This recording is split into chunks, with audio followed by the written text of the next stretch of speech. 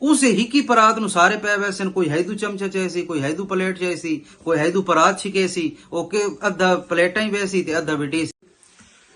ਕਈ ਵਾਰੀ ਇਹ ਚੀਜ਼ਾਂ ਜਿਹੜੀਆਂ ਸ਼ਾਦੀਆਂ ਤੇ ਬਣ ਕੇ ਅਸਾਂ ਇਹ ਨੋਟ ਕੀਤੀਆਂ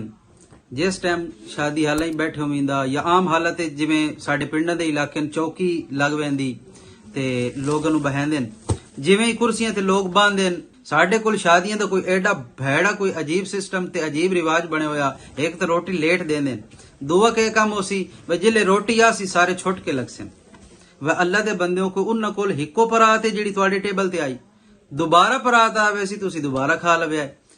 उस हिकी परात ਨੂੰ ਸਾਰੇ ਪੈ ਵੈਸਨ ਕੋਈ ਹੈਦੂ ਚਮਚਾ ਚਾਹੀਸੀ ਕੋਈ ਹੈਦੂ ਪਲੇਟ ਚਾਹੀਸੀ ਕੋਈ ਹੈਦੂ ਪਰਾਤ ਛਿਕੇਸੀ ओके ਅੱਧਾ ਪਲੇਟਾਂ ਹੀ ਵੈਸੀ ਤੇ ਅੱਧਾ ਬਿਟੀ ਸੀ ਯਾਨੀ ਇਤਨਾ ਭੈੜਾ ਤੇ ਬੁਰਾ ਕਲਚਰ ਸਾਡਾ ਔਰ ਅਜੀਬ ਰਿਵਾਜ ਬਣ ਚੁੱਕਿਆ ਔਰ ਐਸੀਆਂ ਬੁਰੀਆਂ ਯਾਨੀ ਕਿ ਬੁਰਾਈਆਂ ਜਿਹੜੀਆਂ ਉਹ ਸਾਡੇ ਅੰਦਰ ਆ ਚੁੱਕੀਆਂ ਕਿ ਅਸੀਂ ਦੂਈ ਪਰਾਤ ਦਾ ਇੰਤਜ਼ਾਰ ਨਾ ਕरेंगे ਵੇ ਯਾਰ ਇੱਕ ਪਰਾਤ ਉਹ ਲੈ ਕੇ ਆਏ 4-5 ਬੰਦੇ ਉਹ ਪਾ ਲਈ ਟੇਬਲ ਤੇ ਕਮ ਅਜ਼ ਕਮ ਉਸ ਟੇਬਲ ਤੇ 10 ਕੁਰਸੀਆਂ ਆਸੇ ਪਾਸੇ ਘਤੀਆਂ ਹੋਈਆਂ 10 ਬੰਦੇ ਬੈਠੇ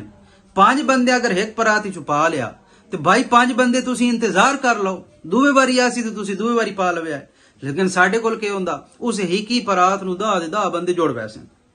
ਵਤ ਹੋ ਸੀ ਕਿ ਹੁੰਦਾ ਇੰਜੇ ਵਤ ਉਹ ਪਰਾਤ ਅੱਧਾ ਤਾਂ ਸਾਡੀਆਂ ਪਲੇਟਾਂ ਚ ਆਂਦੀ ਤੇ ਅੱਧਾ ਉਹ ਸਾਡੇ ਕੱਪੜਿਆਂ ਤੇ ਆਂਦੀ ਵਿਚਾਰੇ ਜਿਹਨੇ ਨਵੇਂ ਕੱਪੜੇ ਸਿਵਾਏ ਹੋਏ ਹੁੰਦੇ ਨੇ ਸ਼ਾਦੀਆਂ ਤੇ ਗਰੀਬੀਆਂ ਦੇ ਘਰ ਕਿਹੜੇ ਰੇਤ ਤਾਂ ਸਿਵਾਏ ਕੋਈ ਨਹੀਂ ਸਿਵੀਦੇ ਜੇ ਸਾਲ ਬਾਅਦ ਇੱਕ ਸੂਟ ਸਿਵਾਉਣਾ ਉਹ ਸ਼ਾਦੀ ਉੱਤੇ ਵਜਾ ਤੋਂ ਖਰਾਬ ਹੋਵੇ ਨਾ यानी इतना वेखो आप अंदाजा ला लो भी असी ना दे सिर्फ मुसलमान अगर इहदे बरअक्स नबवी तालीमात नू वेख्या जावे मतलब एक नबवी तालीमात एक बंदा अमल करन वाला अगर उत्थे बैठा उस के करना उस पहले वाली सालन नहीं पावना उस दी ये नीयत है कि भाई इन्हां नू पावन दियो दोबारा सालन आवे सी कोई उन्हां हिक्को परात थोड़ी बनाई हुई या उन्हां इतना घट सालन थोड़ा बनाया होया भी दोबारे वारी जेड़ा तां उन्हां सालन देवना कोई नहीं दोवे वारी परात सी जेड़ा बंदा नबी पाक अल इस्लाम दी तालीमात ते अमल करन वाला ओ सबर कर ले सी ओ आखसी भी यार 2 मिनट ठहर जाओ दोबारा सालन आया तो मैं दोबारा पा लेसा कोई हरज नहीं कोई मसला नहीं दोबारा पर दो बारी नंबर नहीं लगता यार 3 बारी सालन आवे सी अच्छा साडे कोल एक होर रिवाज है सारे तो पहले चावलों की जेड़ी डिश वो लिया रख देन वो पहले चावल खा के रज बैसन बाद रोटी थोड़ी खासन हाले तक इन्हें नहीं समझ आती पई भी आवाम दा सारा फोकस ही रोटी ते हुंदा उन्हां दा चावलां ते हुंदा ही कोई नहीं ओके काम करें थोड़े बाले चावल